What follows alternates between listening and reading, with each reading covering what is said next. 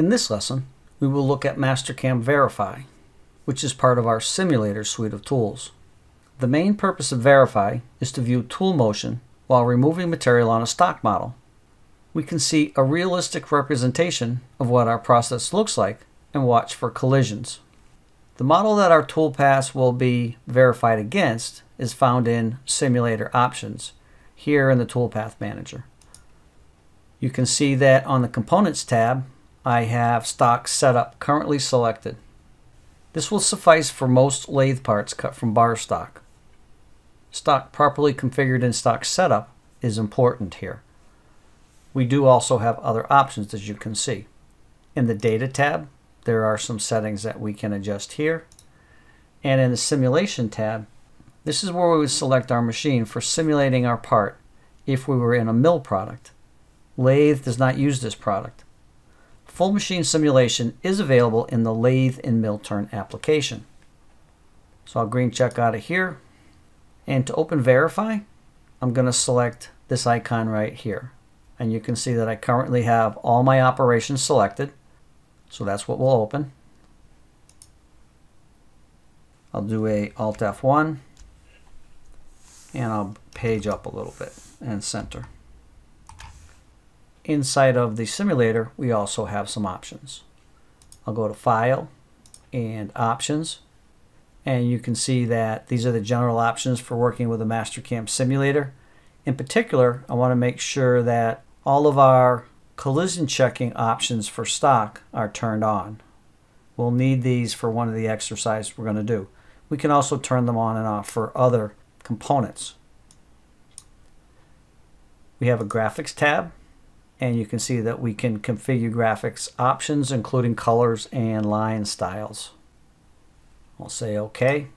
I have 3 different tabs on my ribbon. I have the Home tab, the View tab, and the Verify tab.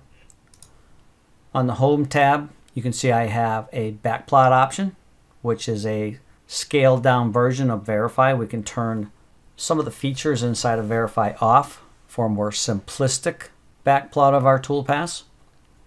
We are currently in the Verify mode, and this is where simulation would be if we had a machine on.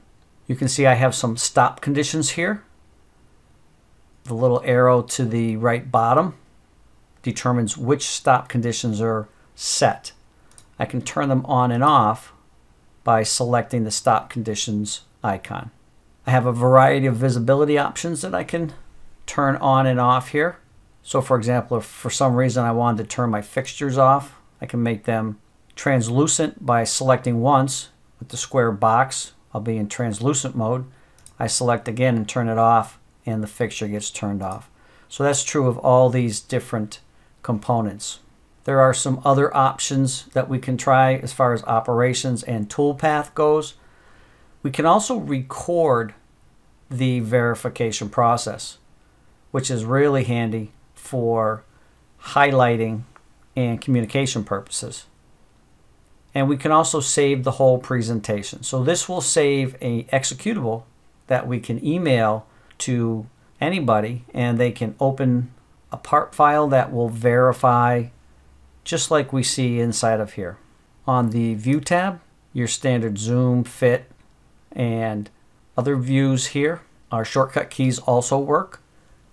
We have some viewports that we can set up, which would be handy if we had more than one tool in the cut or more than one spindle. And I can also turn on which panes I have turned on the right. So on the right hand side, you can currently see I have collision report turned on and I have move info turned on. And you can see there's a lot of information inside of the move info. Then on the Verify tab, I can turn on the color loop, which will change colors on my part as I move from toolpath to toolpath. We can turn on collision checking here. There's some material cutting options. If I had an ID part here, a part with an ID, I could section it. So if we take a look at third quadrant, you can see that I now have sliced out the third quadrant.